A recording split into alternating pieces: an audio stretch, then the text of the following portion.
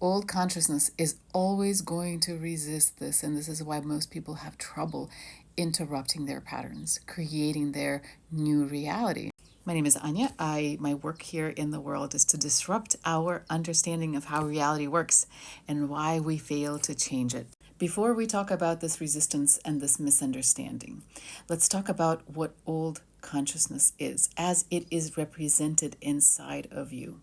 I call it your I am, your identity, the center of the creative force that you represent and around which your reality is created. And this consciousness inside of you isn't, if you will, free. It is entangled, imprisoned, boxed in by the imprint of the world that you came into, the consciousness that you were born into. That part is made up, right? It continues having a relationship with the old world, the old consciousness. It exists here and it exists out there. When we say we want to shift consciousness, we want to change reality, there is a part in us that is connected to genuine desire to see something different happening in the world.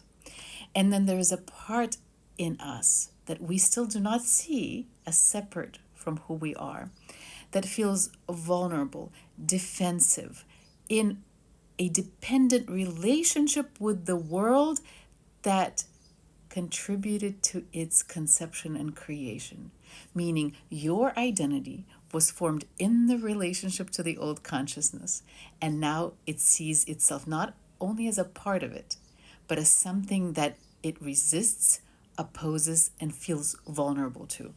This part has to go first.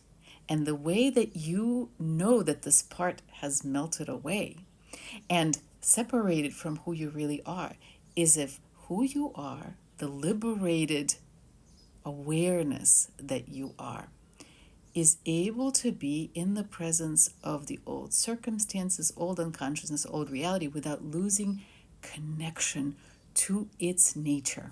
And the mistake most people make is they look out there and they say, you change first.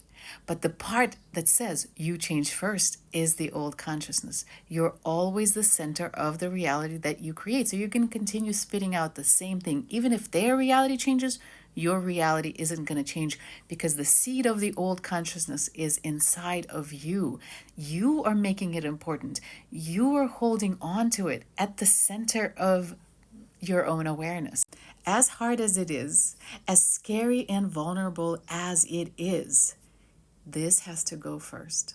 And the way you know, like I already said, that it went, is that you feel free in the presence of the old fear, not in the absence of it. And then things are going to change, not just through your action, but through the power of consciousness that creates and weaves a different reality. It just takes a little bit of time. I tell you exactly how to let go of this old consciousness. I tell you exactly how to look at reality, that it all starts clicking into place. I created a free reading guide for this book, so it's easier to get through because it kind of blows up some pretty common assumptions about how we think reality works.